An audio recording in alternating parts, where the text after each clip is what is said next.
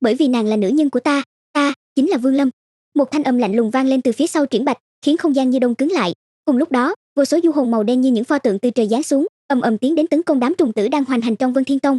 Ngay khi âm phong quét qua, những con trùng tử như gặp phải thiên địch, phát ra tiếng gào rít đầy sợ hãi, nhanh chóng chui ra khỏi cơ thể các đệ tử và chạy trốn tán loạn. Triển Bạch kinh hãi xoay người lại, thân là cường giả điều khiển trùng tử, việc có người áp sát mà không bị phát hiện khiến hắn hoảng sợ. Điều này chỉ có thể xảy ra khi tu vi của đối phương đã vượt xa bản thân. Khi nhận ra người đối diện, hắn lùi lại vài bước, thất thanh: "Ngươi, Tằng Ngưu." Cái tên này lập tức khiến toàn bộ Vân Thiên Tông xôn xao. Tằng Ngưu, nhân vật nổi danh trên Chu Tước Tinh, người đã chặt đứt một cánh tay của Hồng Điệp, không ngờ lại chính là Vương Lâm, cựu đệ tử của Vân Thiên Tông.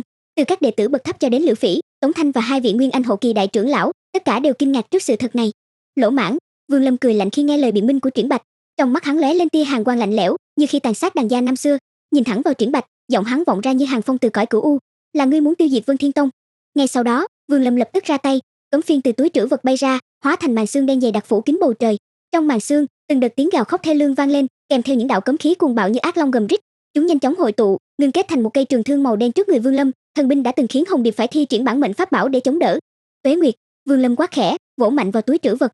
Chính pho tượng lập tức bay ra, đón gió bành trướng lên thành chính vị cửu tôn chân nhân uy nghiêm, hiện diện khắp bốn phương tám hướng, tạo thành một thế trận hoàn mỹ không có kẽ hở. Triển Bạch không cam lòng yếu thế, thi triển trùng thú đạo, một loại thiên đạo lấy trùng thú làm gốc rễ của vạn vật. Từ mi tâm hắn, một con ngô công khổng lồ xuất hiện, quấn lấy thân thể tạo thành một cái kén bằng thịt để phòng ngự. Nhưng dưới sức mạnh của trường thương cùng cấm khí cuồng bạo, cái kén thịt lập tức tan nát, hắn bị đẩy lui hơn 10 trượng, phun ra một ngụm máu tươi đầy trùng tử. Người may mắn là người thứ hai trở thành tế phẩm của sinh tử ý cảnh, Vương Lâm tuyên bố, rồi thi triển tuyệt chiêu mạnh nhất của mình. Một quyển họa trục đen trắng khổng lồ chậm rãi xuất hiện trên bầu trời, không ngừng mở rộng cho đến khi bao phủ phạm vi 10 dặm. Đây là lần đầu tiên Vương Lâm toàn lực thi triển sinh tử ý cảnh, kết tinh của mọi cảm ngộ về thiên đạo và luân hồi. Từ trong quyển trục, một lốc xoáy cực lớn hình thành, xung quanh bao phủ đầy bụi khí. Ẩn trong trung tâm lốc xoáy là vô số khuôn mặt dữ tợn của những kẻ đã chết dưới tay Vương Lâm. Triển Bạch thi triển nguyên thần hóa thành con ngô công trăm trượng nhưng vẫn không địch nổi. Nguyên thần của hắn bị nuốt vào lốc xoáy, tiếng kêu gào thảm thiết dần tắt liệm, thân thể tan nát thành vũng máu thịt đầy dòi bọ, cuối cùng bị Vương Lâm dùng hỏa diễm thiêu rụi thành tro bụi. Giữa lúc đó, Lý Mộ Uyển đứng nhìn thân ảnh quen thuộc phía sau Triển Bạch, hai hàng lệ không kìm được xối xả lăn xuống. Dù diện mạo của Vương Lâm đã thay đổi, nàng vẫn nhận ra người mình chờ đợi suốt trăm năm qua. Tuy nhiên niềm vui đoàn tụ chưa được bao lâu, nàng đột nhiên ho sặc sụa, sắc mặt tái nhợt ngã xuống. Vương Lâm vội vàng xuất hiện bên cạnh ôm lấy nàng, kiểm tra tình trạng. Qua lời kể của Lữ Phi và Tống Thanh, trong suốt trăm năm qua, Lý Mộ Uyển đã 3 lần thử kết anh nhưng đều thất bại. Lần gần nhất cách đây 30 năm, nàng suýt bỏ mình. Mặc dù đã dùng rất nhiều đan dược để kéo dài tuổi thọ, vượt xa tu sĩ kết đan bình thường, nhưng thân thể nàng vẫn dần suy kiệt, chỉ có thể thoát khỏi luân hồi nếu kết anh thành công. Sau 3 ngày điều trị liên tục bằng linh lực, sắc mặt Lý Mộ Uyển dần có chút huyết sắc. Đêm thứ 3, khi tỉnh lại, nàng nhẹ giọng hỏi, "Huynh còn đi không?"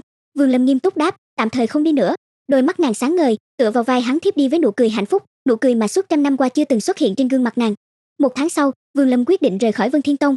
Đi cùng không chỉ có Lý Mộ Uyển mà còn có hai vị đại trưởng lão Lữ Phi và Thiết Nham. Hai người này đã dứt khoát từ bỏ địa vị để đi theo Vương Lâm, với hy vọng học được bí quyết đột phá lên cảnh giới hóa thần. Trước khi đi, Vương Lâm nghiêm cấm tiết lộ thân phận Tằng Ngưu của mình ra ngoài. Họ dừng chân tại một vùng núi hoang vắng gần tiên di chi địa của Sở Quốc, nơi thôn làng gần nhất cũng cách xa mấy vạn dặm. Đây là vùng đất âm hàn, địa điểm lý tưởng để Vương Lâm dựng bảo tháp. Tòa bảo tháp cao trăm trượng được làm từ tiên ngọc ngưng kết, bên trong an táng di thể của Đình Nhi, thê tử của tiền bối Chu Dật. Khi bảo tháp vừa dựng xong, một vòng tròn sóng gợn tỏa ra bốn phía, mang theo ý niệm của một tu sĩ vấn đỉnh kỳ. Dưới chân bảo tháp, Vương Lâm và Lý Mộ Uyển cùng xây những căn nhà đá đơn sơ. Dù với pháp lực của Vương Lâm, việc này chỉ là chuyện nhỏ, nhưng hắn vẫn để nàng tham gia. "Từ hôm nay trở đi, nơi này sẽ là nhà mới của chúng ta." Lý Mộ Uyển vui vẻ nói sau khi đặt tảng đá cuối cùng. Về phần Lữ Phi và Thiết Nham, họ đã dừng lại ở cảnh giới Nguyên Anh hậu kỳ rất lâu, một người là 143 năm, người kia là 172 năm. Vương Lâm chỉ ra sai lầm của họ, mỗi tu sĩ hóa thần đều phải trải qua quá trình tự mình cảm ngộ thiên đạo vô tình, nhưng cần phải có những khoảnh khắc thực sự cảm động từ trong tâm. Cuối cùng, Vương Lâm giao cho họ nhiệm vụ tu luyện ngoài phạm vi trăm dặm của bảo tháp, chỉ được trở về khi đủ sức tiến vào phạm vi 3 dặm. Hai vị trưởng lão lĩnh hội được ý nghĩa sâu xa trong lời dạy, một người hướng đông, một người hướng nam rời đi. Khi hai vị trưởng lão khuất bóng, một tia ý niệm của Chu Dật lan tỏa trong không gian trăm dặm quanh bảo tháp. Vương Lâm ôm Lý Mộ Uyển đang thiếp đi, hướng mắt về phía bảo tháp sừng sững giữa thung lũng hoang vắng, nơi sẽ là khởi điểm cho một chương mới trong cuộc đời họ. Đến đây cũng hết nội dung của tập này rồi, xin chào và hẹn gặp lại mọi người trong tập tiếp theo.